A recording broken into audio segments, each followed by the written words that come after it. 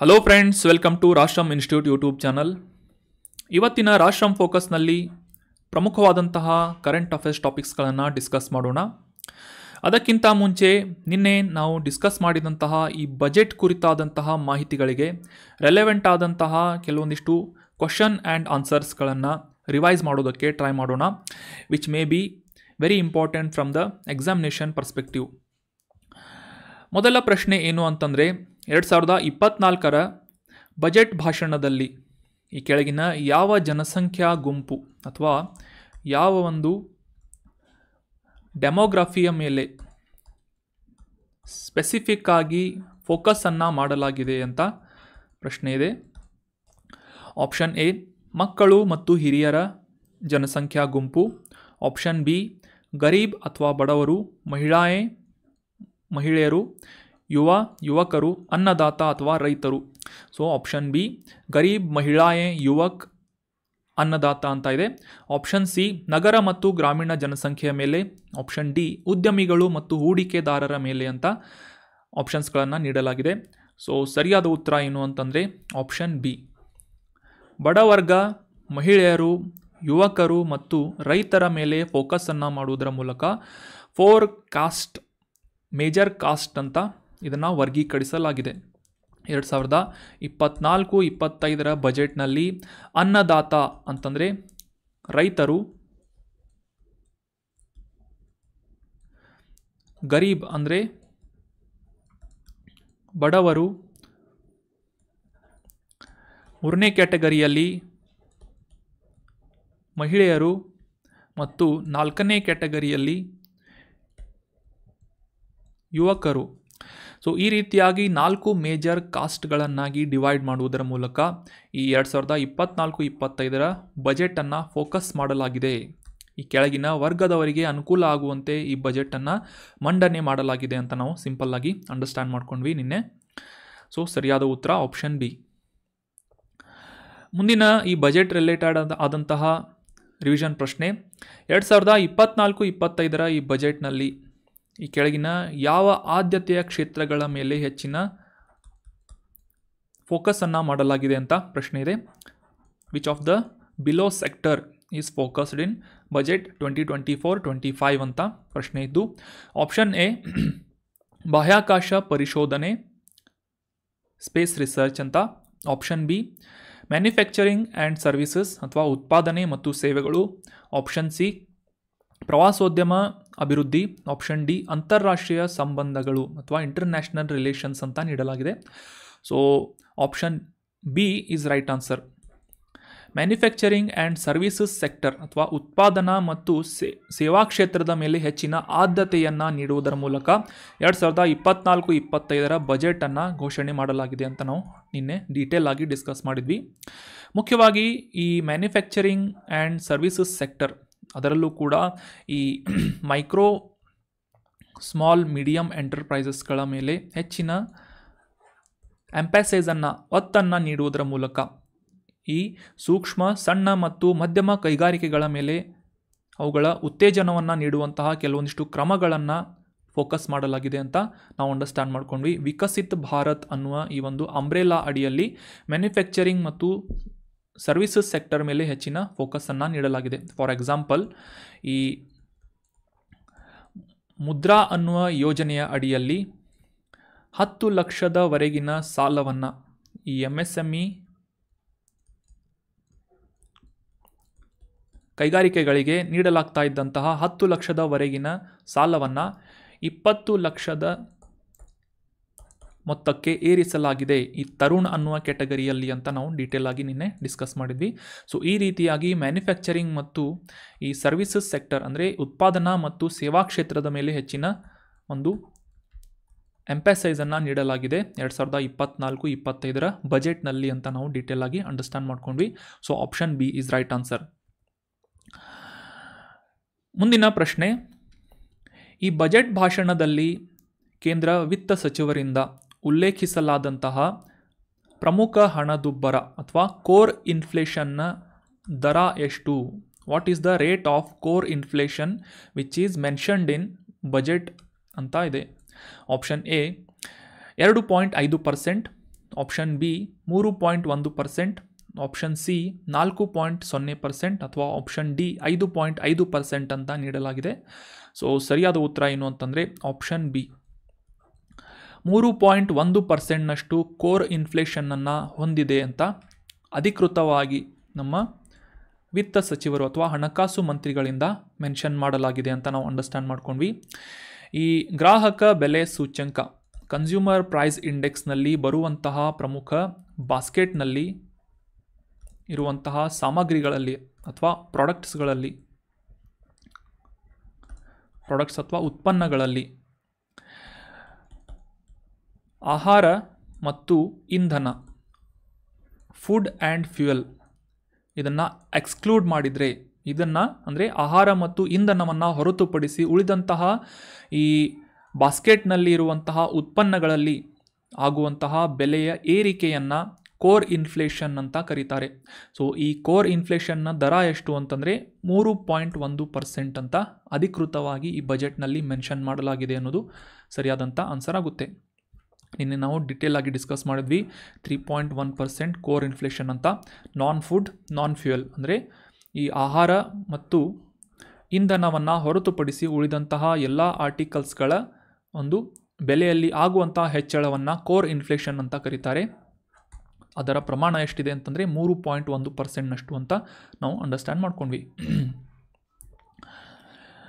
ಮುಂದಿನ ಪ್ರಶ್ನೆ, ಈ ಭಾಷಣದಲ್ಲಿ ಅಥವಾ ಬಜೆಟ್ ಭಾಷಣದಲ್ಲಿ ಮೆನ್ಷನ್ ಮಾಡಲಾದಂತೆ ಬಜೆಟ್ನ ಮುಖ್ಯ ವಿಷಯ ಏನು? What is the main theme of budget 2024-25 ಅಂತ ಪ್ರಶ್ನೆ ಇದೆ. ಆಪ್ಷನ್ ಎ ಆರ್ಥಿಕ ಚೇತರಿಕೆ ಎಕನಾಮಿಕಲ್ ಗ್ರೋತ್, ಆಪ್ಷನ್ ಬಿ ವಿಕಸಿತ ಭಾರತ ಅಥವಾ ಅಭಿವೃದ್ಧಿ ಹೊಂದಿದ Bharat, option C sustainable development ಅಥವಾ ಸುಸ್ಥಿರ ಅಭಿವೃದ್ಧಿ, ಆಪ್ಷನ್ ಡಿ ಡಿಜಿಟಲ್ ಇಂಡಿಯಾ ಅಂತ ನೀಡಲಾಗಿದ್ದು ಸರಿಯಾದ ಉತ್ತರ ಏನು ಅಂತಂದರೆ ಆಪ್ಷನ್ ಬಿ ವಿಕಸಿತ ಭಾರತ ಅಥವಾ ಅಭಿವೃದ್ಧಿ ಹೊಂದಿದ ಭಾರತ ಅನ್ನುವ ಥೀಮನ್ನು ಇಟ್ಕೊಂಡು 2024-25 ಬಜೆಟನ್ನು ಘೋಷಣೆ ಮಾಡಲಾಯಿತು ಅಥವಾ ಮಂಡನೆ ಮಾಡಲಾಯಿತು. Option B is right answer. Viksit Bharat ಅನ್ನುವ ಅಂಬ್ರೆಲಾನ ಅಡಿಯಲ್ಲಿ ಈ ಒಂದು ಸಾಕಷ್ಟು ಡೀಟೇಲ್ ಆದಂತಹ ಅಭಿವೃದ್ಧಿ ಕಾರ್ಯಕ್ರಮಗಳನ್ನು ಮತ್ತು ಈ ಎಕನಾಮಿಕಲ್ ಸ್ಟಿಮ್ಯುಲಸ್ ಮಾಡುವಂತಹ ಕಾರ್ಯಕ್ರಮಗಳನ್ನು ಮೆನ್ಷನ್ ಮಾಡಲಾಯಿತು ಅಂತ ನಾವು ಅಂಡರ್ಸ್ಟ್ಯಾಂಡ್ ಮಾಡ್ಕೊಂಡ್ವಿ. ಮುಂದಿನ ಪ್ರಶ್ನೆ, 2024-25 ಆರ್ಥಿಕ ವರ್ಷಕ್ಕೆ ಅಂದಾಜು ಎಷ್ಟು ವೆಚ್ಚವನ್ನು ಎಸ್ಟಿಮೇಟ್ ಮಾಡಲಾಗಿದೆ ಅಂತ. What is the estimated expenditure in 2024-25 budget ಅಂತ ಅಥವಾ ಎಕನಾಮಿಕಲ್ ಇಯರ್ ಅಂತ ಇದೆ, ಫೈನಾನ್ಷಿಯಲ್ ಇಯರ್ ಎಕ್ಸ್ಪೆಂಡಿಚರ್ ಎಷ್ಟು ಅಂತ ಗುರುತಿಸಬೇಕು. ಆಪ್ಷನ್ ಎ 32.07 ಲಕ್ಷ ಕೋಟಿ, ಆಪ್ಷನ್ ಬಿ 48 ಲಕ್ಷ ಕೋಟಿ, ಆಪ್ಷನ್ ಸಿ 25 ಲಕ್ಷ ಕೋಟಿ ಅಥವಾ ಆಪ್ಷನ್ ಡಿ 40 ಲಕ್ಷ ಕೋಟಿ ಅಂತ ನೀಡಲಾಗಿದೆ. ಸೊ ಸರಿಯಾದ ಉತ್ತರ ಏನು ಅಂತಂದರೆ ಆಪ್ಷನ್ ಬಿ 48.21 ಲಕ್ಷ ಕೋಟಿ ರೂಪಾಯಿಗಳಷ್ಟು ಅಂದಾಜು ವೆಚ್ಚವನ್ನು 2024-25 ಆರ್ಥಿಕ ವರ್ಷದಲ್ಲಿ ಎಸ್ಟಿಮೇಟ್ ಮಾಡಲಾಗಿದೆ ಅಂತ ನಾವು ಡೀಟೇಲ್ ಆಗಿ ಅಂಡರ್ಸ್ಟ್ಯಾಂಡ್ ಮಾಡ್ಕೊಂಡ್ವಿ. So option B is right answer. ಈ ಎಕ್ಸ್ಟರ್ನಲ್ ಬಾರೋವಿಂಗ್ಸನ್ನು ಹೊರತುಪಡಿಸಿ ಟೋಟಲ್ ರಿಸೀಟ್ಸ್ಗಳು 32 ಲಕ್ಷ ಕೋಟಿ ರೂಪಾಯಿಗಳಷ್ಟು ಕಲೆಕ್ಷನ್ ಆದರೆ ಅಂದರೆ ರೆವೆನ್ಯೂ ಕಲೆಕ್ಟ್ ಆದರೆ ಒಟ್ಟು 48.21 ಲಕ್ಷ ಕೋಟಿ ರೂಪಾಯಿಗಳಷ್ಟು ಎಸ್ಟಿಮೇಟ್ ಎಕ್ಸ್ಪೆಂಡಿಚರ್ಸನ್ನು ಅಥವಾ ಅಂದಾಜು ವೆಚ್ಚವನ್ನು ಎಸ್ಟಿಮೇಟ್ ಮಾಡಲಾಗಿದೆ, ಮೆನ್ಷನ್ ಮಾಡಲಾಗಿದೆ ಬಜೆಟ್ನಲ್ಲಿ ಅಂತ ನಾವು ಅಂಡರ್ಸ್ಟ್ಯಾಂಡ್ ಮಾಡ್ಕೊಂಡ್ವಿ. ಸೊ ಇದೇ ರೀತಿಯಾಗಿ ಈ ನೆಟ್ ಟ್ಯಾಕ್ಸ್ ರಿಸಿಟ್ಸ್ ಅಂದರೆ ಟ್ಯಾಕ್ಸ್ ಮೂಲಗಳಿಂದ, ತೆರಿಗೆ ಮೂಲಗಳಿಂದ ಪಡೆದುಕೊಳ್ಳಬಹುದಾದಂತಹ ಹಣ ಎಷ್ಟು ಅಂತಂದರೆ 25 ಲಕ್ಷ ಕೋಟಿ ರೂಪಾಯಿಗಳಷ್ಟು ಅಂತ ಅಂದಾಜನ್ನು ಮಾಡಲಾಗಿದೆ. ಸೊ 48.21 ಲಕ್ಷ ಕೋಟಿ ರೂಪಾಯಿ ಒಟ್ಟು ವೆಚ್ಚವನ್ನು ಬಜೆಟ್ನಲ್ಲಿ ಮಂಡನೆ ಮಾಡಲಾಗಿದೆ. ಮುಂದಿನ ರಿವಿಷನ್ ಪ್ರಶ್ನೆ, 2024-25 ಎಷ್ಟು ಪ್ರಮಾಣದ ವಿತ್ತೀಯ ಕೊರತೆಯನ್ನು, ನಮ್ಮ GDPಯ ಎಷ್ಟು ಪ್ರಮಾಣದಷ್ಟು ವಿತ್ತೀಯ ಕೊರತೆಯನ್ನು ಅಂದಾಜಿಸಲಾಗಿದೆ ಅಂತ ಪ್ರಶ್ನೆ ಇದೆ. In terms of percentage option A 3.5%, option B 4.5%, option C 4.9% ಅಥವಾ ಆಪ್ಷನ್ ಡಿ 5.5% ಅಂತ ನೀಡಲಾಗಿದ್ದು ಸರಿಯಾದ ಉತ್ತರ ಏನು ಅಂತಂದರೆ ಆಪ್ಷನ್ ಸಿ. ನಮ್ಮ ಗ್ರಾಸ್ ಡೊಮೆಸ್ಟಿಕ್ ಪ್ರೊಡಕ್ಷನ್ನ 4.9%ನಷ್ಟು ಫಿಸ್ಕಲ್ ಡೆಫಿಸಿಟ್ ಅಥವಾ ವಿತ್ತೀಯ ಕೊರತೆಯನ್ನು 2024-25ರಲ್ಲಿ ಅಂದಾಜಿಸಲಾಗಿದೆ ಅನ್ನೋದು ಸರಿಯಾದಂಥ ಆನ್ಸರ್ ಆಗುತ್ತೆ. 4.9% is right answer. Fiscal deficit will be 4.9% of our GDP. ಇದನ್ನು ನಾವು ಅಂಡರ್ಸ್ಟ್ಯಾಂಡ್ ಮಾಡ್ಕೊಂಡ್ವಿ. ಅಪ್ರಾಕ್ಸಿಮೇಟ್ಲಿ 3.5 ಟ್ರಿಲಿಯನ್ US$ ನಮ್ಮ ಭಾರತದ GDP ಇದ್ದು ಅದರ 4.9%ನಷ್ಟು ವಿತ್ತೀಯ ಕೊರತೆಯನ್ನು ಈ 2024-25ರ ಫೈನಾನ್ಷಿಯಲ್ ಇಯರ್ನಲ್ಲಿ ನಾವು ಅನುಭವಿಸಲಿದ್ದೇವೆ ಅಂತ ಬಜೆಟ್ನಲ್ಲಿ ಎಸ್ಟಿಮೇಟ್ ಮಾಡಲಾಗಿದೆ. ಮುಂದಿನ ರಿವಿಷನ್ ಪ್ರಶ್ನೆ. ಭಾರತದಲ್ಲಿ ಈ ವ್ಯಾಪಾರಗಳನ್ನು ಸುಲಲಿತ ಅಥವಾ ಸುಲಭ ಮಾಡುವಂತಹ ಉದ್ದೇಶದಿಂದ ಅಥವಾ ಈಸ್ ಆಫ್ ಡೂಯಿಂಗ್ ಬಿಸ್ನೆಸ್ಸನ್ನು ಇಂಪ್ರೂವ್ ಮಾಡುವಂತಹ ಉದ್ದೇಶದಿಂದ ಈ ಕೆಳಗಿನ ಯಾವ ಮಸೂದೆಯನ್ನು ಕಾರ್ಯಗತಗೊಳಿಸುವಂತಹ ನಿಟ್ಟಿನಲ್ಲಿ ಬಜೆಟ್ನಲ್ಲಿ ಮೆನ್ಷನ್ ಮಾಡಲಾಗಿದೆ ಅಂತ ಪ್ರಶ್ನೆ ಇದೆ. Option A Jan Vishwas bill 1.0, option B Jan Vishwas bill 2.0, option C ವ್ಯಾಪಾರ ಸುಧಾರಣೆಗಳ ಮಸೂದೆ, option D digital India bill ಅಂತ ನೀಡಲಾಗಿದೆ. ಸೊ ಸರಿಯಾದ ಉತ್ತರ ಏನು ಅಂತಂದರೆ ಆಪ್ಷನ್ ಬಿ ಜನ್ ವಿಶ್ವಾಸ್ ಬಿಲ್ 2.0 ಅನ್ನುವ ಈ ಒಂದು ಮಸೂದೆಯನ್ನು, ಈ ಬಿಲ್ಲನ್ನು ಪಾರ್ಲಿಮೆಂಟ್ನಲ್ಲಿ ಇಂಟ್ರೊಡ್ಯೂಸ್ ಮಾಡುವಂತಹ ಉದ್ದೇಶವನ್ನು ಪ್ರಕಟಿಸಲಾಗಿದೆ. ಇದರ ಮೂಲಕ ಈಸ್ ಆಫ್ ಡೂಯಿಂಗ್ ಬಿಸ್ನೆಸ್ ಅನ್ನುವ ಈ ಒಂದು ಸೆಕ್ಟರನ್ನು ಇಂಪ್ರೂವ್ ಮಾಡುವಂತಹ, ವರ್ಧನೆ ಮಾಡುವಂತಹ ಒಂದು ಗುರಿಯನ್ನು ಹೊಂದಲಾಗಿದೆ. ಜನ್ ವಿಶ್ವಾಸ್ ಬಿಲ್ 2.0 ಈಸ್ ರೈಟ್ ಆನ್ಸರ್. ಭಾರತದಲ್ಲಿ ಈ ಬಿಸ್ನೆಸ್ ರಿಫಾರ್ಮ್ ಆ್ಯಕ್ಷನ್ ಪ್ಲ್ಯಾನನ್ನು ಮತ್ತು ಡಿಜಿಟಲೈಸೇಷನನ್ನು ಇಂಪ್ಲಿಮೆಂಟ್ ಮಾಡುವಂತಹ ಉದ್ದೇಶದಿಂದ ಜನ್ ವಿಶ್ವಾಸ್ ಬಿಲ್ 2.0 ಅನ್ನು ಅನುಷ್ಠಾನಗೊಳಿಸುವಂತಹ ನಿಟ್ಟಿನಲ್ಲಿ ಮಸೂದೆಯನ್ನು ಪಾಸ್ ಮಾಡುವಂತಹ ಇಂಟ್ರೆಸ್ಟನ್ನು ನಿನ್ನೆ ಕೇಂದ್ರ ಸರ್ಕಾರದಿಂದ ಮಂಡಿಸಲಾಗಿದೆ ಅಂತ ನಾವು ಅಂಡರ್ಸ್ಟ್ಯಾಂಡ್ ಮಾಡ್ಕೋಬೋದು. ಮುಂದಿನ ರಿವಿಷನ್ ಪ್ರಶ್ನೆ.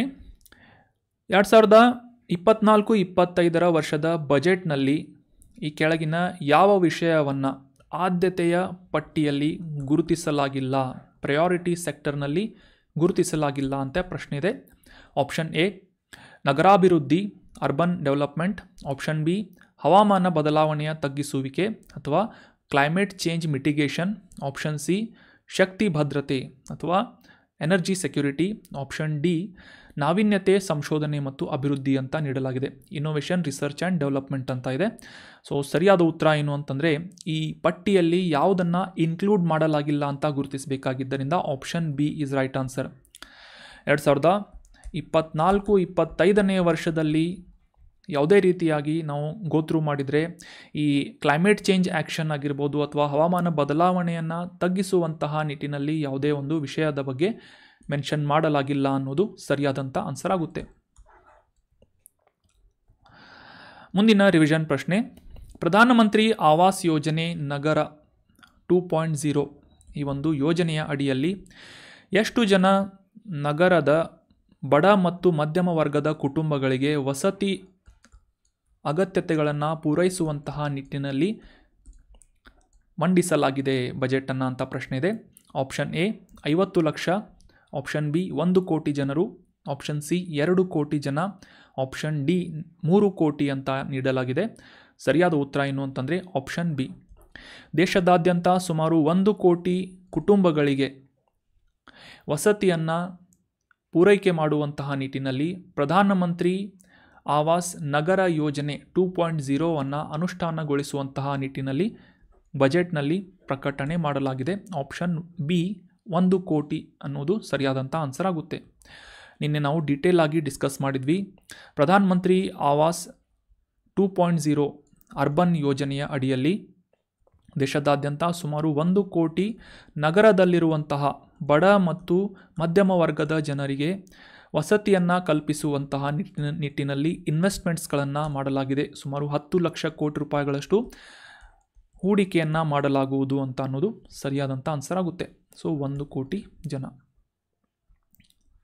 ಅಂದರೆ ಈ ಗ್ರಾಮೀಣ ಮತ್ತು ನಗರ ಪ್ರದೇಶಗಳಲ್ಲಿ ಇನ್ಕ್ಲೂಡ್ ಮಾಡಿದರೆ ಸುಮಾರು 3 ಕೋಟಿ ಹೆಚ್ಚುವರಿಯಾದಂತಹ ಮನೆಗಳನ್ನು ಘೋಷಣೆ ಮಾಡಲಾಗಿದೆ ನಿನ್ನೆ. ಆದರೆ ಸ್ಪೆಸಿಫಿಕ್ ಆಗಿ ಈ ನಗರ ಪ್ರದೇಶದಲ್ಲಿ ಫೋಕಸ್ ಮಾಡೋದಾದರೆ 1 ಕೋಟಿ ಜನರಿಗೆ ಅನುಕೂಲ ಆಗುವಂತೆ ಈ ಪ್ರಧಾನ ಮಂತ್ರಿ ಆವಾಸ್ ಅರ್ಬನ್ ಯೋಜನೆಯನ್ನು ಅನುಷ್ಠಾನಗೊಳಿಸಲಾಗ್ತಾ ಇದೆ. 2ನೇ ಹಂತ ಅಂದರೆ 2.0.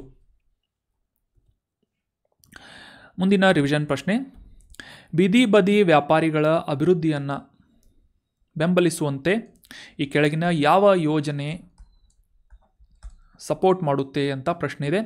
ಆಪ್ಷನ್ ಎ ಪ್ರಧಾನಮಂತ್ರಿ ಆವಾಸ್ ಯೋಜನೆ, ಆಪ್ಷನ್ ಬಿ ಪ್ರಧಾನಮಂತ್ರಿ ಸ್ವನಿಧಿ ಯೋಜನೆ, ಆಪ್ಷನ್ ಸಿ ಪ್ರಧಾನಮಂತ್ರಿ ಕಿಸಾನ್ ಸಮ್ಮಾನ್ ನಿಧಿ, ಆಪ್ಷನ್ ಡಿ ಆತ್ಮನಿರ್ಭರ್ ಭಾರತ್ ಅಂತ ನೀಡಲಾಗಿದೆ. ಸೊ ಸರಿಯಾದ ಉತ್ತರ ಏನು ಅಂತಂದರೆ ಆಪ್ಷನ್ ಬಿ ಪ್ರಧಾನಮಂತ್ರಿ ಸ್ವನಿಧಿ ಅನ್ನುವ ಯೋಜನೆಯ ಅಡಿಯಲ್ಲಿ ಬೀದಿ ಬದಿ ವ್ಯಾಪಾರಿಗಳಿಗೆ ಸ್ಟ್ರೀಟ್ ವೆಂಡರ್ಸ್ ಡೆವಲಪ್ಮೆಂಟ್ಗಾಗಿ ಸಪೋರ್ಟ್ ನೀಡುವಂತಹ ಒಂದು ಯೋಜನೆ ಸ್ವನಿಧಿ ಅನ್ನುವ ಯೋಜನೆ, PM ಸ್ವನಿಧಿ ಅಂತ ಕೂಡ ಇದನ್ನು ಕರೀತಾರೆ. Option B is right answer. 2020ನೇ ಇಸವಿಯಲ್ಲಿ ಲಾಕ್ಡೌನ್ ಓಪನ್ ಆದಾಗ ಈ ಬೀದಿ ಬದಿ ವ್ಯಾಪಾರಿಗಳಿಗೆ ಜೀವನೋಪಾಯವನ್ನು ಪುನರಾರಂಭಿಸುವಂತಹ ಉದ್ದೇಶದಿಂದ ವರ್ಕಿಂಗ್ ಕ್ಯಾಪಿಟಲ್ ಲೋನನ್ನು ಪ್ರೊವೈಡ್ ಮಾಡಲಾಗ್ತಾ ಇತ್ತು. ಸೊ ಆ ಒಂದು ಯೋಜನೆ ಹೆಸರು ಪ್ರಧಾನಮಂತ್ರಿ ಸ್ವನಿಧಿ ಅನ್ನುವ ಯೋಜನೆ ಆಗಿದೆ. PM ಸ್ಟ್ರೀಟ್ ವೆಂಡರ್ಸ್ ಆತ್ಮನಿರ್ಭರ್ ನಿಧಿ ಅನ್ನೋದು ಇದರ ಫುಲ್ ಫಾರ್ಮ್ ಆಗುತ್ತೆ. ಸೊ ಇದರ ಒಂದು 2ನೇ ಹಂತದಲ್ಲಿ ಈ ಯೋಜನೆಯನ್ನು ಇನ್ನಷ್ಟು ಪ್ರೋತ್ಸಾಹ ನೀಡುವುದರ ಮೂಲಕ ಈ ಸ್ಟ್ರೀಟ್ ಫುಡ್ ಹಬ್ಸ್ಗಳನ್ನು ಸ್ಟಾರ್ಟ್ ಮಾಡುವುದರ ಬಗ್ಗೆ ನಿನ್ನೆ ಬಜೆಟ್ನಲ್ಲಿ ಮಂಡನೆ ಮಾಡಲಾಯಿತು. ಇನ್ನು ಕಳೆದ ಸೆಷನ್ನಲ್ಲಿ ಕೇಳಲಾದಂತಹ ಪ್ರಶ್ನೆ, ಮುಕುರ್ತಿ ರಾಷ್ಟ್ರೀಯ ಉದ್ಯಾನವನ ಭಾರತದ ಯಾವ ರಾಜ್ಯದಲ್ಲಿದೆ ಅಂತ ಪ್ರಶ್ನೆಯನ್ನು ಕೇಳಲಾಗಿತ್ತು. ಆಪ್ಷನ್ಸ್ಗಳಲ್ಲಿ ತಮಿಳುನಾಡು, ಉತ್ತರ ಪ್ರದೇಶ್, ಅರುಣಾಚಲ್ ಪ್ರದೇಶ್ ಅಥವಾ ಕೇರಳ ಅಂತ ನೀಡಲಾಗಿದ್ದು ಸರಿಯಾದ ಉತ್ತರ ಏನು ಅಂತಂದರೆ ಆಪ್ಷನ್ ಎ ಅಥವಾ ಆಪ್ಷನ್ 1 ತಮಿಳುನಾಡಿನಲ್ಲಿ ಈ ಮುಕುರ್ತಿ ನ್ಯಾಷನಲ್ ಪಾರ್ಕ್ ಲೊಕೇಟ್ ಆಗಿದೆ. Option 1 is right answer. ಸಾಕಷ್ಟು ವೈವಿಧ್ಯಮಯವಾದಂತಹ ಜೀವಿಗಳನ್ನು ಮತ್ತು ಸಸ್ಯ ಸಂಕುಲವನ್ನು ಹೊಂದಿರುವಂತಹ ಮುಕುರ್ತಿ ರಾಷ್ಟ್ರೀಯ ಉದ್ಯಾನವನ ನೀಲಗಿರಿ ಪ್ರಸ್ಥಭೂಮಿಯಲ್ಲಿ ಅಂದರೆ ತಮಿಳುನಾಡು ರಾಜ್ಯದಲ್ಲಿ ಲೊಕೇಟ್ ಆದಂತಹ ಒಂದು ನ್ಯಾಷನಲ್ ಪಾರ್ಕ್ ಆಗಿದೆ. ಸ್ಪೆಸಿಫಿಕ್ ಆಗಿ ಈ ನೀಲಗಿರಿ ಬಯೋಸ್ಫಿಯರ್ನ ಅಥವಾ ಈ ನೀಲಗಿರಿ ಜೀವಗೋಳು ಮೀಸಲು ಪ್ರದೇಶದ ಒಂದು ಭಾಗವಾಗಿರುವಂತಹ ಈ ಮುಕುರ್ತಿ ನ್ಯಾಷನಲ್ ಪಾರ್ಕ್ ತಮಿಳುನಾಡಿನ ಮುದುಮಲೆ ನ್ಯಾಷನಲ್ ಪಾರ್ಕ್ ಮತ್ತು ಕೇರಳದ ಸೈಲೆಂಟ್ ವ್ಯಾಲಿ ನ್ಯಾಷನಲ್ ಪಾರ್ಕ್ನ ನಡುವೆ ಸ್ಯಾಂಡ್ವಿಚ್ ಆಗಿ ಲೊಕೇಟ್ ಆಗಿದೆ ಅನ್ನೋದು ಸರಿಯಾದಂಥ ಆನ್ಸರ್ ಆಗುತ್ತೆ. ಎಕ್ಸಾಮಿನೇಷನ್ ಪಾಯಿಂಟ್ ಆಫ್ ವ್ಯೂ ತಮಿಳುನಾಡಿನಲ್ಲಿದೆ ಅಂತ ಅರ್ಥ ಮಾಡಿಕೊಂಡ್ರೂ ಕೂಡ ಸಾಕು. ಸೊ ಆನ್ಸರ್ ಮಾಡಿ ಕಮೆಂಟ್ ಮಾಡಿದಂತಹ ಎಲ್ಲ ಸ್ಟೂಡೆಂಟ್ಸ್ಗಳಿಗೂ ಕೂಡ congratulations and very well done. ಇದೇ ರೀತಿಯಾಗಿ ಡಿಸ್ಕಷನ್ನಲ್ಲಿ ಭಾಗವಹಿಸೋಕೆ ಟ್ರೈ ಮಾಡಿ. ಏನಾದರೂ ಡೌಟ್ಸ್ ಇದ್ದರೆ, ನಿಮ್ಮ ಯಾವುದಾದ್ರೂ ಒಪಿನಿಯನ್ಸ್ ಇದ್ದರೆ, ಯಾವುದಾದ್ರೂ ಟಾಪಿಕ್ ಬಗ್ಗೆ ನಿಮಗೆ ಡಿಸ್ಕಷನ್ ಬೇಕು ಅನಿಸಿದರೆ ಕಮೆಂಟ್ ಮಾಡಿ, ಅದರ ಬಗ್ಗೆ ಕೂಡ ಡಿಸ್ಕಸ್ ಮಾಡ್ತೀನಿ. ಸರಿಯಾದಂಥ ಆನ್ಸರ್ ತಮಿಳುನಾಡು. ಇನ್ನು ಇವತ್ತಿನ ಪ್ರಶ್ನೆ ಆನ್ಸರ್ ಮಾಡೋದಕ್ಕೆ ಟ್ರೈ ಮಾಡಿ. ಭಾರತದಲ್ಲಿ ಈ ಸಶಸ್ತ್ರ ಪಡೆಗಳ ವಿಶೇಷ ಅಧಿಕಾರ ಕಾಯ್ದೆ ಅಥವಾ armed forces special power act AFSPA AFSPA ಅಂತ ಕೂಡ ಕರೀತಾರೆ ಇದನ್ನು, ಆ್ಯಕ್ಟ್ ಅಂತ. ಸೊ ಈ ಒಂದು ಆಫ್ಸ್ಪಾ ಆ್ಯಕ್ಟನ್ನು ಯಾವ ವರ್ಷದಲ್ಲಿ ಅಸ್ತಿತ್ವದಲ್ಲಿ ತರಲಾಯಿತು ಅಂತ ಪ್ರಶ್ನೆ ಇದೆ. ಆಪ್ಷನ್ 1 1935, ಆಪ್ಷನ್ 2 1949, ಆಪ್ಷನ್ 3 1958 ಅಥವಾ ಆಪ್ಷನ್ 4 1965 ಅಂತ ನೀಡಲಾಗಿದೆ. ನಮ್ಮ ಭಾರತದ ಸಶಸ್ತ್ರ ಪಡೆಗಳಿಗೆ ವಿನಿಯೋಗ ಮಾಡಿದಂತಹ ಸಂದರ್ಭದಲ್ಲಿ ಅಥವಾ ಅವರನ್ನು ಡೆಪ್ಲಾಯ್ ಮಾಡಿದಂತಹ ಸಂದರ್ಭದಲ್ಲಿ ಅವರಿಗೆ ವಿಶೇಷ ಅಧಿಕಾರವನ್ನು ನೀಡುವಂತಹ ಒಂದು ಕಾಯ್ದೆ armed forces special power act. ಇದನ್ನು ಜಾರಿಗೊಳಿಸಲಾದಂತಹ ವರ್ಷ ಯಾವುದು ಅಂತ ಕಮೆಂಟ್ ಬಾಕ್ಸ್ನಲ್ಲಿ ಕಮೆಂಟ್ ಮಾಡಿ. ನೀವು ಜಾಗ್ರಫಿಯನ್ನು ಓದಬೇಕಾದ್ರೆ ಈ ಭೂಮಿಯ ಸೌರಮಂಡಲದ ಬಗ್ಗೆ ತಿಳ್ಕೊಂಡಿರ್ಬೋದು, ಅಥವಾ ಆಕಾಶ ಕಾಯಗಳ ಬಗ್ಗೆ, ನಕ್ಷತ್ರ ಪುಂಜಗಳ ಬಗ್ಗೆ ಕೂಡ ಡಿಸ್ಕಸ್ ಮಾಡಿರ್ಬೋದು ಅಥವಾ ಅಂಡರ್ಸ್ಟ್ಯಾಂಡ್ ಮಾಡ್ಕೊಂಡಿರ್ತೀರಿ. ಅದರಲ್ಲೂ ಕೂಡ ಎಕ್ಸಾಮಿನೇಷನ್ ಪಾಯಿಂಟ್ ಆಫ್ ವ್ಯೂ ಈ ಬಾಹ್ಯಾಕಾಶದ ಬಗ್ಗೆ ಮತ್ತು ಬಾಹ್ಯಾಕಾಶದ ಈ ಸಂಶೋಧನೆಯ ಬಗ್ಗೆ ಮೇಲಿಂದ ಮೇಲೆ ನ್ಯೂಸ್ನಲ್ಲಿ ಸಾಕಷ್ಟು ಮಾಹಿತಿಗಳು ಪಬ್ಲಿಷ್ ಆಗ್ತಾ ಇರುತ್ತೆ. ಸೊ ಹೀಗಾಗಿ ಈ ಬ್ಲ್ಯಾಕ್ ಹೋಲ್ ಅನ್ನುವ ಟಾಪಿಕ್ ಕೂಡ ಮೇಲಿಂದ ಮೇಲೆ ಬರ್ತಾ ಇರುತ್ತೆ. ಇತ್ತೀಚಿನ ದಿನಗಳಲ್ಲಿ ಈ ಬ್ಲ್ಯಾಕ್ ಹೋಲ್ ಕುರಿತಾದಂತಹ ಸಾಕಷ್ಟು ಅನ್ವೇಷಣೆಗಳು ಕೂಡ ನಡೀತಾ ಇವೆ ಅಂತ ನಾವೆಲ್ಲ ನ್ಯೂಸ್ ಪೇಪರ್ನಲ್ಲಿ ಓದ್ತಾ ಇರ್ತೇವೆ. ಸೊ ಈ ಬ್ಲ್ಯಾಕ್ ಹೋಲ್ ಬಗ್ಗೆ ಸ್ವಲ್ಪ ಬೇಸಿಕ್ ಇನ್ಫಾರ್ಮೇಷನ್ಸ್ಗಳನ್ನು ಅಂಡರ್ಸ್ಟ್ಯಾಂಡ್ ಮಾಡ್ಕೊಳ್ಳೋದಾದರೆ, ನಮಗೆಲ್ಲ ಗೊತ್ತಿರುವ ಹಾಗೆ ಸೂರ್ಯನೂ ಕೂಡ ಒಂದು ನಕ್ಷತ್ರ. ಈ ನಕ್ಷತ್ರಗಳ ಜೀವಮಾನದ ಅಂತಿಮ ಹಂತವನ್ನು ತಲುಪಿದಂತಹ ಸಂದರ್ಭದಲ್ಲಿ ಆ ನಕ್ಷತ್ರಗಳು ಉರಿಯಲು ಅವಶ್ಯಕವಾಗಿರುವಂತಹ ಈ ಥರ್ಮೋನ್ಯೂಕ್ಲಿಯರ್ ಫ್ಯೂಯಲ್ ಅಥವಾ ಅದಕ್ಕೆ ಈ ಬೈಜಿಕ ಸಮ್ಮಿಲನ ಪ್ರಕ್ರಿಯೆಯಿಂದ ಉಂಟಾದಂತಹ ಇಂಧನ ಕಂಪ್ಲೀಟಾಗಿ ನಿಂತು ಹೋಗುತ್ತೆ ಅಥವಾ ಸಮಾಪ್ತಿ ಆಗುತ್ತದೆ. ಸೊ ಆ ಒಂದು ಫ್ಯೂಯಲ್ ಕಂಪ್ಲೀಟಾಗಿ ವ್ಯಾನಿಷ್ ಆದಂತಹ ಸಂದರ್ಭದಲ್ಲಿ ನಕ್ಷತ್ರ ತನ್ನ ಒಂದು ಜೀವನವನ್ನು ಸಂಪೂರ್ಣ ಮಾಡಿ ಕೊಲ್ಯಾಪ್ಸ್ ಆಗುವಂತಹ ಸ್ಥಿತಿಗೆ ತಲುಪಿದಂತಹ ಸಂದರ್ಭದಲ್ಲಿ ಸೂಪರ್ನೋವಾ ಅನ್ನುವ ಒಂದು ದೊಡ್ಡ ಸ್ಫೋಟ ಉಂಟಾಗುತ್ತೆ ಅಂತ ನಾವೆಲ್ಲ ಜಾಗ್ರಫಿಯಲ್ಲಿ ಅಥವಾ ಈ ಬಾಹ್ಯಾಕಾಶಕ್ಕೆ ಸಂಬಂಧಪಟ್ಟಂತೆ ಬೇಸಿಕ್ ಅಂಡರ್ಸ್ಟ್ಯಾಂಡಿಂಗನ್ನು ಮಾಡ್ಕೊಂಡಿರ್ತೇವೆ. ಸೊ ಇದೇ ಒಂದು ಸೂಪರ್ನೋವಾ ಮಹಾಸ್ಫೋಟ ಉಂಟಾದಂತಹ ಸಂದರ್ಭದಲ್ಲಿ ಆ ಒಂದು ನಕ್ಷತ್ರ ಏನಾಗುತ್ತೆ ಅಂತಂದರೆ, ನಕ್ಷತ್ರದ ಮೇಲೆ ಇರುವಂತಹ ಕವಚ ಸಂಪೂರ್ಣವಾಗಿ ಛಿದ್ರ ಆಗಿ ಹೋಗುತ್ತದೆ. ಸೊ ಇದೇ ಒಂದು ಸಂದರ್ಭದಲ್ಲಿ ನಮ್ಮ ವಿಜ್ಞಾನಿಗಳಿಂದ ಅಂದಾಜು ಮಾಡಲ್ಪಟ್ಟ ಪ್ರಕಾರ ಕಪ್ಪು ಕುಳಿ ಅಥವಾ ಬ್ಲ್ಯಾಕ್ ಹೋಲ್ಗಳು ಉಂಟಾಗುತ್ತೆ ಅಂತ ಒಂದು ಅಂದಾಜನ್ನು ಮಾಡಲಾಗುತ್ತೆ. ಸೊ ಈ ಬ್ಲ್ಯಾಕ್ ಹೋಲ್ ಅಂದರೆ ಬೃಹತ್ ಪ್ರಮಾಣದ ನಕ್ಷತ್ರಗಳು ತಮ್ಮ ಅಂತಿಮ ಹಂತವನ್ನು, ದೈತ್ಯ ನಕ್ಷತ್ರಗಳು ತಮ್ಮ ಅಂತಿಮ ಹಂತವನ್ನು ತಲುಪಿದಂತಹ ಸಂದರ್ಭದಲ್ಲಿ, ಸೂಪರ್ನೋವಾ ಮಹಾಸ್ಫೋಟ ಉಂಟಾದಂತಹ ಸಂದರ್ಭದಲ್ಲಿ ತೀವ್ರವಾದಂತಹ ಅಥವಾ ಬೃಹತ್ ಪ್ರಮಾಣದ ಗುರುತ್ವಾಕರ್ಷಣ ಶಕ್ತಿಗೆ ಒಳಗಾಗುತ್ತವೆ. ಸೊ ಆ ಗುರುತ್ವಾಕರ್ಷಣ ಶಕ್ತಿ ಅಥವಾ ಗ್ರಾವಿಟಿ ಫೋರ್ಸ್ ಎಷ್ಟಿರುತ್ತೆ ಅಂತಂದರೆ, ಆ ಒಂದು ನಿರ್ದಿಷ್ಟ ಎನ್ವೈರ್ಮೆಂಟ್ನಲ್ಲಿ ಯಾವುದೇ ಪ್ರಮಾಣದ ಯಾವುದೇ ವಸ್ತುಗಳು ಕೂಡ ಆ ಒಂದು ಗುರುತ್ವಾಕರ್ಷಣ ಶಕ್ತಿಯಿಂದ ತಪ್ಪಿಸಿಕೊಳ್ಳಲು ಸಾಧ್ಯವಾಗುವುದಿಲ್ಲ. ಎಲ್ಲ ವಿಷಯಗಳನ್ನು, ಮುಖ್ಯವಾಗಿ ಈ ಅನಿಲಗಳಾಗಿರ್ಬೋದು ಅಥವಾ ಈ ಧೂಳಿನ ಕಣಗಳಾಗಿರ್ಬೋದು, ಇದನ್ನೆಲ್ಲ ಅದು ಆ ಗುರುತ್ವಾಕರ್ಷಣ ಶಕ್ತಿಗೆ ಒಳಪಡಿಸಿಕೊಂಡು ಅದನ್ನು ನುಂಗಲು ಪ್ರಾರಂಭಿಸುತ್ತದೆ. ಸೊ ಈ ಗುರುತ್ವಾಕರ್ಷಣ ಶಕ್ತಿಗೆ ಅಥವಾ ಈ ಗ್ರಾವಿಟಿ ಫೋರ್ಸ್ಗೆ ಅದರ ಒಂದು ಸಂಪರ್ಕಕ್ಕೆ ಬರುವಂತಹ ಒಂದು ಬಾರ್ಡರನ್ನು ಇವೆಂಟ್ ಹಾರಿಜಾನ್ ಅಂತ ಕರೀತಾರೆ. ಅಂದರೆ ಈ ಇವೆಂಟ್ ಹಾರಿಜಾನ್ ಕ್ಷೇತ್ರದಲ್ಲಿ ಅಥವಾ ಒಂದು ಪರಿಸರಕ್ಕೆ ಬರುವಂತಹ, ಸಂಪರ್ಕಕ್ಕೆ ಬರುವಂತಹ ಯಾವುದೇ ವಸ್ತುಗಳು ಕೂಡ ಈ ಒಂದು ಬ್ಲ್ಯಾಕ್ ಹೋಲ್ನಲ್ಲಿ ವಿಲೀನವಾಗ್ತಾ ಹೋಗುತ್ತೆ. ಸೊ ಈ ಒಂದು ಬೌಂಡ್ರಿಯನ್ನು ಇವೆಂಟ್ ಹಾರಿಜಾನ್ ಅಂತ ಕರೀತಾರೆ. ಸೊ ಈ ಎಲ್ಲ ವಿಷಯಗಳು ಕೂಡ ಯಾಕೆ ಇಷ್ಟು ಇಂಪಾರ್ಟೆಂಟ್ ಆಗ್ತಾ ಇವೆ ಅಂತಂದರೆ, ಇತ್ತೀಚಿನ ದಿನಗಳಲ್ಲಿ ಸಾಕಷ್ಟು ದೊಡ್ಡ ಪ್ರಮಾಣದಲ್ಲಿ ಈ ಬ್ಲ್ಯಾಕ್ ಹೋಲ್ಸ್ಗಳನ್ನು ಪತ್ತೆ ಹಚ್ಚಲಾಗ್ತಾ ಇದೆ. ಅದೇ ರೀತಿಯಾಗಿ ನಮ್ಮ ಈ ಸೌರಮಂಡಲ ಇರುವಂತಹ ಸೂರ್ಯ ಮತ್ತು ಇತರ ಗ್ರಹಗಳನ್ನು ಒಳಗೊಂಡಂತೆ ಈ ಸೌರಮಂಡಲ ಇರುವಂತಹ ಮಿಲ್ಕಿ ವೇ ಗ್ಯಾಲಕ್ಸಿ ಅಥವಾ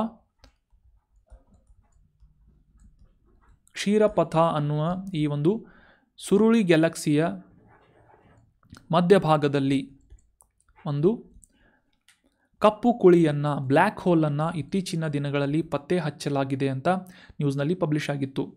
ಸೊ ಈ ಒಂದು ಬ್ಲ್ಯಾಕ್ ಹೋಲ್ ಕುರಿತಾದಂತಹ ಕೆಲವೊಂದಿಷ್ಟು ಬೇಸಿಕ್ ಇನ್ಫಾರ್ಮೇಷನ್ಸ್ಗಳು ಕೂಡ ನಮಗೆ examination point of view important ಆಗುತ್ತಾ ಹೋಗುತ್ತೆ. ಸೊ ಹೀಗಾಗಿ ಈ ಬ್ಲ್ಯಾಕ್ ಹೋಲ್ ಬಗ್ಗೆ ಸ್ವಲ್ಪ ಮಾಹಿತಿಗಳನ್ನು ಅಂಡರ್ಸ್ಟ್ಯಾಂಡ್ ಮಾಡ್ಕೋಣ. ಸೊ ಬ್ಲ್ಯಾಕ್ ಹೋಲ್ ಅಥವಾ ಕಪ್ಪು ಕುಳಿ ಅಂದರೆ ಏನು ಅಂತ ಕಾನ್ಸೆಪ್ಟ್ ಕ್ಲಿಯರ್ ಆಯಿತು ಅಂತ ಅನ್ಕೋತೀನಿ. ಸಿಂಪಲ್ಲಾಗಿ ಎಕ್ಸ್ಪ್ಲೇನ್ ಮಾಡೋಕ್ಕೆ ಟ್ರೈ ಮಾಡಿದ್ದೀನಿ. ಇತ್ತೀಚೆಗೆ ನಮ್ಮ ಸುರುಳಿಯಾಕಾರದ ನಕ್ಷತ್ರ ಪುಂಜವಾಗಿರುವಂತಹ ಅಥವಾ ಗ್ಯಾಲಕ್ಸಿ ಆಗಿರುವಂತಹ ಮಿಲ್ಕಿ ವೇ ಗ್ಯಾಲಕ್ಸಿನಲ್ಲಿ ಅದರ ಮಧ್ಯಭಾಗದಲ್ಲಿ ಒಂದು ಕಪ್ಪು ಕುಳಿಯನ್ನು ಗುರುತಿಸಲಾಗಿದೆ. ಇದು ಎಕ್ಸಾಕ್ಟಾಗಿ ಈ ಧನು ರಾಶಿ ನಕ್ಷತ್ರ ಪುಂಜ ಅಥವಾ ಸ್ಯಾಜಿಟೇರಿಯಸ್ ನಕ್ಷತ್ರ ಪುಂಜದಲ್ಲಿ ಇರುವುದರಿಂದ ಕಂಡು ಬಂದದ್ದರಿಂದ ಇದನ್ನು ಸ್ಯಾಜಿಟೇರಿಯಸ್ ಎ ಸ್ಟಾರ್ ಅಥವಾ SGRA ಅಂತ ಈ ಒಂದು ಕಪ್ಪು ಕುಳಿಗೆ ಹೆಸರನ್ನು ನಾಮಕರಣವನ್ನು ಮಾಡಲಾಗಿದೆ, ಸ್ಯಾಜಿಟೇರಿಯಸ್ ಎ ಸ್ಟಾರ್ ಅಂತ. ಸೊ ನಕ್ಷತ್ರಪುಂಜ ಕ್ಷೀರಪಥದ ಮಧ್ಯಭಾಗದಲ್ಲಿ ಈ ಬ್ಲ್ಯಾಕ್ ಹೋಲನ್ನು ಗುರುತಿಸಲಾಗಿದೆ. ಇದು ತನ್ನ ಸುತ್ತಲೂ ಇರುವಂತಹ ಅನಿಲ ಮತ್ತು ಧೂಳಿನ ಕಣಗಳನ್ನು ಹೀರಿಕೊಳ್ತಾ ಇದ್ದು ಇದರ ಅಂದಾಜು ಮಾಸ್ ಎಷ್ಟು ಅಂತಂದರೆ, ದ್ರವ್ಯರಾಶಿ ಎಷ್ಟು ಅಂತಂದರೆ ಸೂರ್ಯನ ಸುಮಾರು 4.3 ಮಿಲಿಯನ್ ಪಟ್ಟು, ಎಸ್ಟಿಮೇಟ್ ಪ್ರಕಾರ ಸೂರ್ಯನ 4.3 ಮಿಲಿಯನ್ ಪಟ್ಟು ದೊಡ್ಡದಾದಂತಹ ದೈತ್ಯವಾದಂತಹ ಕಪ್ಪು ಕುಳಿ ಆಗಿದೆ ಅಂತ ಇದನ್ನು ಗುರುತಿಸಲಾಗಿದೆ. ಇದು ನಮ್ಮ ಈ ಸೋಲಾರ್ ಸಿಸ್ಟಮ್ನಿಂದ ಅಥವಾ ಸೂರ್ಯನನ್ನು ಒಳಗೊಂಡಂತೆ ಇರುವಂತಹ ಇತರ ನಮ್ಮ ಈ ಸೌರಮಂಡಲದಲ್ಲಿರುವಂತಹ ಗ್ರಹಗಳ ಒಂದು ಡಿಸ್ಟನ್ಸನ್ನು ಎಷ್ಟು ಅಂತಂತ ಗುರುತು ಹಾಕೋದಾದರೆ 23.5 ಮಿಲಿಯನ್ ಕಿಲೋಮೀಟರ್ಗಳಷ್ಟು ದೂರ, ಕನ್ಫ್ಯೂಸ್ ಮಾಡ್ಕೋಬೇಡಿ, 26,000 ಜ್ಯೋತಿರ್ವರ್ಷಗಳಷ್ಟು ದೂರದಲ್ಲಿ ಈ ಸ್ಯಾಜಿಟೇರಿಯಸ್ ಎ ಸ್ಟಾರ್ ಅನ್ನುವ ಕಪ್ಪು ಕುಳಿ ಲೊಕೇಟ್ ಆಗಿದೆ. ಇದರ ಡಯಾಮೀಟರ್ ಅಥವಾ ಇದರ ವ್ಯಾಸ ಎಷ್ಟು ಅಂತಂದರೆ 23.5 ಮಿಲಿಯನ್ ಕಿಲೋಮೀಟರ್ಗಳಷ್ಟು ಡಯಾಮೀಟ್ರನ್ನು ಈ ಕಪ್ಪು ಕುಳಿ ಹೊಂದಿದೆ ಅಂತ ನಾವು ಅಂಡರ್ಸ್ಟ್ಯಾಂಡ್ ಮಾಡ್ಕೋಬಹುದು.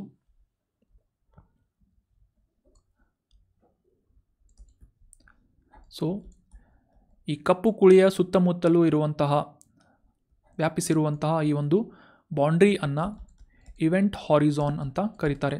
ಈ ಇವೆಂಟ್ ಹಾರಿಝಾನ್ನ ಸಮೀಪಕ್ಕೆ ಸಂಪರ್ಕಕ್ಕೆ ಬಂದಂತಹ ಎಲ್ಲ ವಸ್ತುಗಳು ಕೂಡ ಈ ಬ್ಲ್ಯಾಕ್ ಹೋಲ್ನತ್ತ ಆಕರ್ಷಿತವಾಗಿ ಕಳೆದು ಹೋಗುತ್ತವೆ ಅಂತ ನಾವು ಅಂಡರ್ಸ್ಟ್ಯಾಂಡ್ ಮಾಡ್ಕೋಬಹುದು.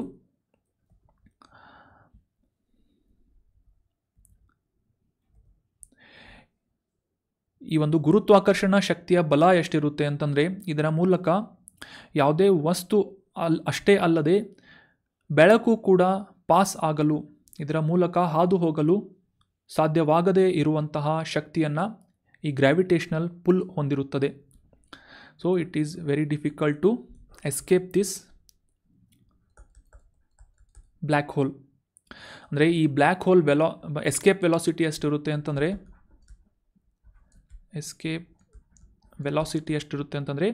Greater than speed of light.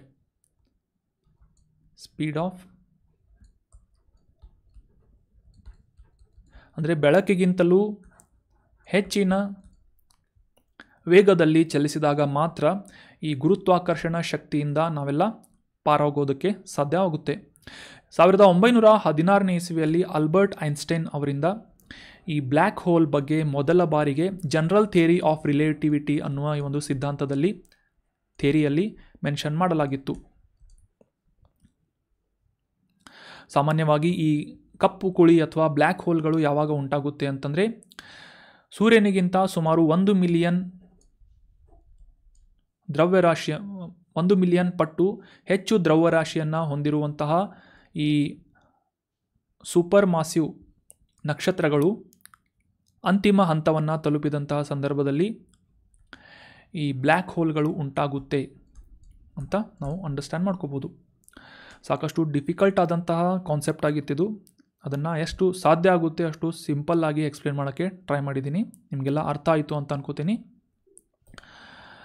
ಮುಂದಿನ ಆರ್ಟಿಕಲ್ ಕೂಡ ಸೈನ್ಸ್ ಆ್ಯಂಡ್ ಟೆಕ್ನಾಲಜಿಗೆ ಸಂಬಂಧಪಟ್ಟಂತಹ ಒಂದು ಇಂಪಾರ್ಟೆಂಟ್ ಆರ್ಟಿಕಲ್ ಆಗಿದ್ದು ಇದು ಕೂಡ ಸ್ಪೇಸ್ ಪ್ರೋಗ್ರಾಮ್ಗೆ ರಿಲೇಟ್ ಆದಂತಹ ಆರ್ಟಿಕಲ್ ಆಗಿದೆ. ಅಮೆರಿಕದ ಬಾಹ್ಯಾಕಾಶ ಸಂಶೋಧನಾ ಸಂಸ್ಥೆಯಾದಂತಹ ನಾಸಾದಿಂದ ಇತ್ತೀಚೆಗೆ ಈ ಟ್ರಾನ್ಸಿಟಿಂಗ್ ಎಕ್ಸೋಪ್ಲಾನೆಟ್ ಸಮೀಕ್ಷೆಯ ಉಪಗ್ರಹ ಅಥವಾ ಟ್ರಾನ್ಸಿಟಿಂಗ್ ಎಕ್ಸೋಪ್ಲಾನೆಟ್ ಸರ್ವೆ ಸ್ಯಾಟಲೈಟನ್ನು ಲಾಂಚ್ ಮಾಡಲಾಗಿತ್ತು. ಸೊ ಈ ಒಂದು ಸ್ಯಾಟಲೈಟ್ನ ಮುಖ್ಯ ಉದ್ದೇಶ ಏನು ಅಂತಂದರೆ ನಮ್ಮ ಸೌರಮಂಡಲದ ಹೊರಗಡೆ ಇರುವಂತಹ ಆಚೆ ಇರುವಂತಹ ಸೋಲಾರ್ ಸಿಸ್ಟಮ್ನ ಹೊರಗಡೆ ಇರುವಂತಹ ಇತರ ನಕ್ಷತ್ರಗಳ ಸುತ್ತುವಂತಹ ಗ್ರಹಗಳನ್ನು ಪತ್ತೆ ಹಚ್ಚುವಂತಹ ಉದ್ದೇಶವನ್ನು ಹೊಂದಿದೆ. ಸೊ ಈ ರೀತಿಯಾಗಿ ಹೊರ ಸೌರಮಂಡಲದಲ್ಲಿ ಇತರ ನಕ್ಷತ್ರಗಳ ಸುತ್ತುವಂತಹ ಗ್ರಹಗಳನ್ನು ಎಕ್ಸೋಪ್ಲಾನೆಟ್ಸ್ ಅಂತ ಕರೀತಾರೆ. ಸೊ ಈ ರೀತಿಯಾಗಿ ಎಕ್ಸೋಪ್ಲಾನೆಟ್ಸ್ಗಳನ್ನು ಪತ್ತೆ ಹಚ್ಚುವಂತಹ ಉದ್ದೇಶದಿಂದ ಅಮೆರಿಕದ ಬಾಹ್ಯಾಕಾಶ ಸಂಶೋಧನಾ ಸಂಸ್ಥೆಯಾದಂತಹ ನಾಸಾದಿಂದ ಈ ಟ್ರಾನ್ಸಿಟಿಂಗ್ ಎಕ್ಸೋಪ್ಲಾನೆಟ್ ಸರ್ವೆ ಸ್ಯಾಟಲೈಟನ್ನು ಲಾಂಚ್ ಮಾಡಲಾಗಿತ್ತು. ಇದರ ಮೂಲಕ ಸಾವಿರಾರು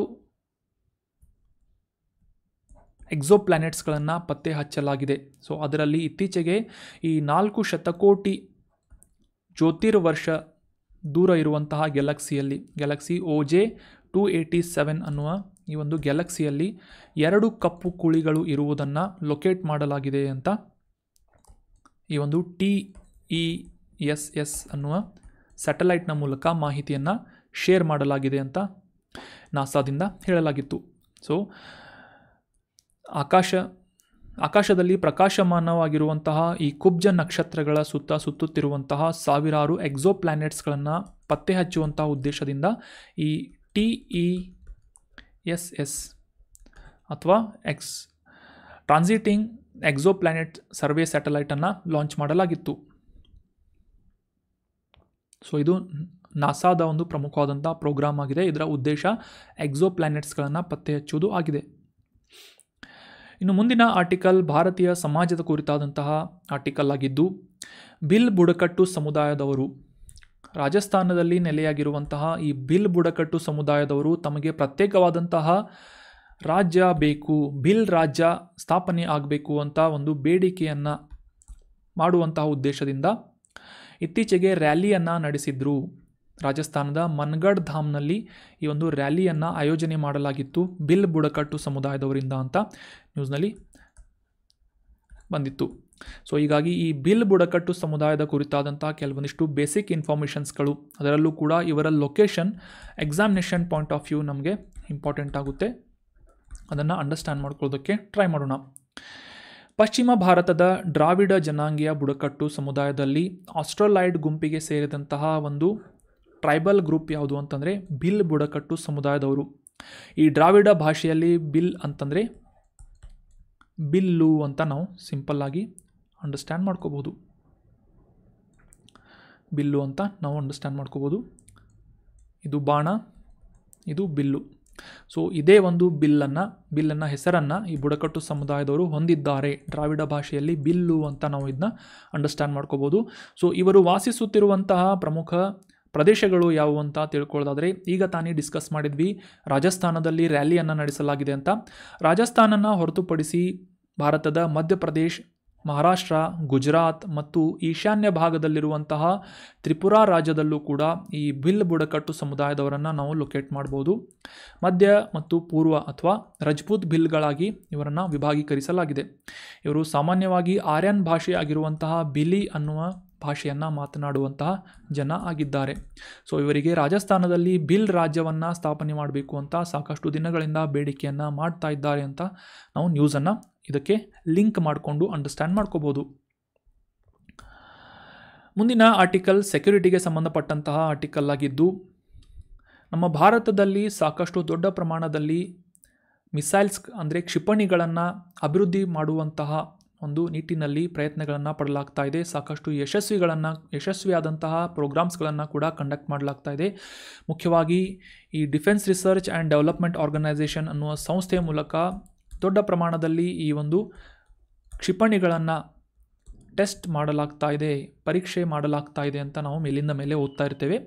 ಸೊ ಭಾರತದಲ್ಲಿ ದೇಶೀಯವಾಗಿ ಅಭಿವೃದ್ಧಿಪಡಿಸಲಾದಂತಹ ಪ್ರಲಯ್ ಅನ್ನುವ ಒಂದು ಕ್ಷಿಪಣಿಯನ್ನು ಖರೀದಿ ಮಾಡುವಂತಹ ಅಥವಾ ಅಕ್ವೈರ್ ಮಾಡುವಂತಹ ಉದ್ದೇಶ ಅಥವಾ ಇಂಟ್ರೆಸ್ಟನ್ನು ಏಷ್ಯಾದ ಪ್ರಮುಖ ಭೂವೇಷ್ಟಿತ ರಾಜ್ಯವಾಗಿರುವಂತಹ ಅರ್ಮೇನಿಯಾ ರಾಷ್ಟ್ರದಿಂದ ಆಸಕ್ತಿಯನ್ನು ತೋರಿಸಲಾಗಿದೆ ಅಂತ ನ್ಯೂಸ್ನಲ್ಲಿ ಪಬ್ಲಿಷ್ ಆಗಿತ್ತು. ಸೊ ಈ ಅರ್ಮೇನಿಯಾ ರಾಷ್ಟ್ರದಿಂದ ಪ್ರಲಯ್ ಎನ್ನುವ ಈ ಒಂದು ಮಿಸೈಲ್ಸ್ಗಳನ್ನು ಖರೀದಿ ಮಾಡುವುದು ಅಥವಾ ಅಕ್ವೈರ್ ಮಾಡುವಂತಹ ನಿಟ್ಟಿನಲ್ಲಿ ಒಂದು ಚರ್ಚೆ ನಡೀತಾ ಇದೆ ಅಂತ ನಾವು ನ್ಯೂಸ್ನ ಮೂಲಕ ಅಂಡರ್ಸ್ಟ್ಯಾಂಡ್ ಮಾಡ್ಕೋಬೋದು. ಸೊ ಈ ಪ್ರಲಯ್ ಅನ್ನುವ ಮಿಸೈಲ್ ನ್ಯೂಸ್ನಲ್ಲಿರೋದ್ರಿಂದ ಇದಕ್ಕೆ ಸಂಬಂಧಪಟ್ಟಂತಹ ಕೆಲವೊಂದಿಷ್ಟು ಇಂಪಾರ್ಟೆಂಟ್ ಆದಂತಹ ಮಾಹಿತಿಗಳು ನಮಗೆ ಎಕ್ಸಾಮಿನೇಷನ್ ಪಾಯಿಂಟ್ ಆಫ್ ವ್ಯೂ ಮಹತ್ವವನ್ನು ಹೊಂದುತ್ತೆ. ಸೊ ಅವುಗಳನ್ನು ಅಂಡರ್ಸ್ಟ್ಯಾಂಡ್ ಮಾಡ್ಕೊಳ್ಳೋದಕ್ಕೆ ಟ್ರೈ ಮಾಡೋಣ. ಈ ಪ್ರಲಯ್ ಅನ್ನೋದು ಒಂದು short range quasi ballistic surface to air missile ಆಗಿದೆ. ಸರ್ಫೇಸ್ ಟು ಸರ್ಫೇಸ್ ಮಿಸೈಲ್ ಆಗಿದೆ. ಅಂದರೆ ಭೂಮಿಯ ಒಂದು ಮೇಲ್ಮೈಯಿಂದ ಇನ್ನೊಂದು ಮೇಲ್ಮೈ ಮೇಲೆ ಗುರಿಯನ್ನು ತಲುಪುವಂತಹ, ಗುರಿಯನ್ನು ಹೊಡೆದುರುಳಿಸುವಂತಹ ಒಂದು ಸಾಮರ್ಥ್ಯವನ್ನು ಪ್ರಲಯ್ ಅನ್ನುವ ಮಿಸೈಲ್ ಹೊಂದಿದೆ ಅಂತ ನಾವು ಅಂಡರ್ಸ್ಟ್ಯಾಂಡ್ ಮಾಡ್ಕೋಬೋದು. ಸುಮಾರು 500ರಿಂದ 1000 kg ತೂಕದ ಪೇಲೋಡ್ಸ್ಗಳನ್ನು ಹೊತ್ತೊಯ್ಯೋದರ ಮೂಲಕ ಸುಮಾರು 150ರಿಂದ 500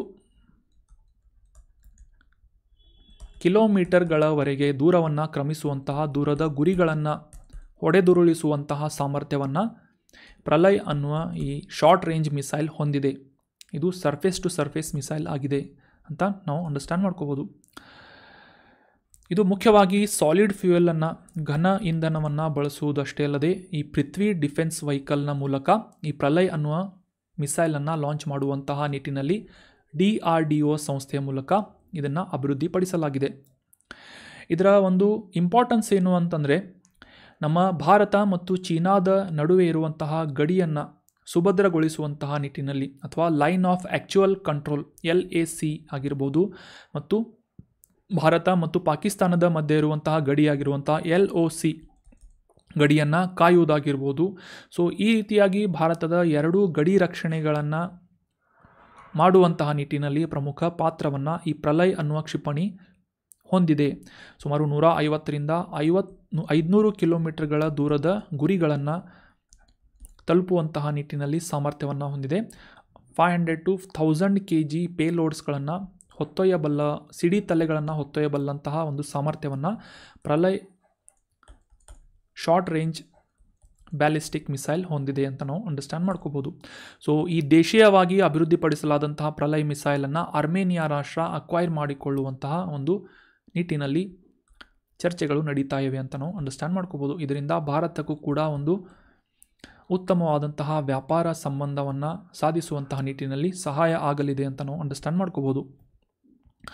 ಅರ್ಮೇನಿಯಾ ದೇಶ ನ್ಯೂಸ್ನಲ್ಲಿರುವುದರಿಂದ ಇದಕ್ಕೆ ಸಂಬಂಧಪಟ್ಟಂತಹ ಮ್ಯಾಪಿಂಗ್ ರಿಲೇಟ್ ಆದಂತಹ ಮಾಹಿತಿಯನ್ನು ಅಂಡರ್ಸ್ಟ್ಯಾಂಡ್ ಮಾಡ್ಕೊಳ್ಳೋದಾದರೆ, ಮ್ಯಾಪ್ ಅರ್ಮೇನಿಯಾ ರಾಷ್ಟ್ರ ಏಷ್ಯಾದ ಪಶ್ಚಿಮ ಭಾಗದಲ್ಲಿರುವಂತಹ ಈ ಕ್ಯಾಸ್ಪಿಯನ್ ಸಮುದ್ರದ ಪಕ್ಕದಲ್ಲಿರುವಂಥ ಅಜರ್ಬೈಜಾನ್ ರಾಷ್ಟ್ರದ ಪಶ್ಚಿಮ ಭಾಗದಲ್ಲಿ ಅರ್ಮೇನಿಯಾ ರಾಷ್ಟ್ರವನ್ನು ನಾವು ಲೊಕೇಟ್ ಮಾಡ್ಬೋದು. ಉತ್ತರದಲ್ಲಿ ಜಾರ್ಜಿಯಾ, ಪಶ್ಚಿಮದಲ್ಲಿ ತುರ್ಕಿ, ದಕ್ಷಿಣದಲ್ಲಿ ಇದು ಕೂಡ ಅಜರ್ಬೈಜಾನ್ ಇದರ ಭಾಗವಾಗಿದೆ. ಸೊ ಇದರ ಕೆಳಗಡೆ ಇರಾನ್. ಈ ರೀತಿಯಾಗಿ ಪ್ರಮುಖ ಏಷ್ಯಾದ ರಾಷ್ಟ್ರಗಳ ಗಡಿಗಳನ್ನು ಹಂಚಿಕೊಳ್ಳುವಂತಹ ಒಂದು ಭೂವೇಷ್ಟಿತವಾದಂತಹ ಅಥವಾ ಲ್ಯಾಂಡ್ ಲಾಕ್ಡ್ ಆದಂತಹ ರಾಷ್ಟ್ರ ಅರ್ಮೇನಿಯಾ ರಾಷ್ಟ್ರ. ತನ್ನ ಸೆಕ್ಯುರಿಟಿಯನ್ನು ಸುಭದ್ರಗೊಳಿಸುವಂತಹ ಉದ್ದೇಶದಿಂದ ಭಾರತದಿಂದ ಈ ಪ್ರಲಯ್ ಅನ್ನುವ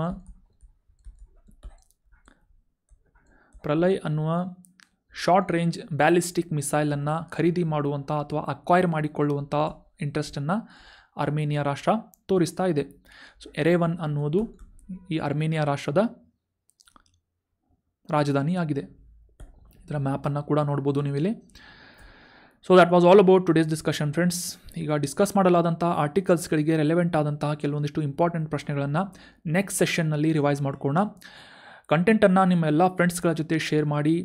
ನೋಟ್ಸ್ಗಳನ್ನು ಡೈರೆಕ್ಟಾಗಿ ಟೆಲಿಗ್ರಾಮ್ ಚಾನಲ್ನ ಮೂಲಕ ಡೌನ್ಲೋಡ್ ಮಾಡ್ಕೋಬೋದು. Thank you so much for joining the discussion. Have a nice day.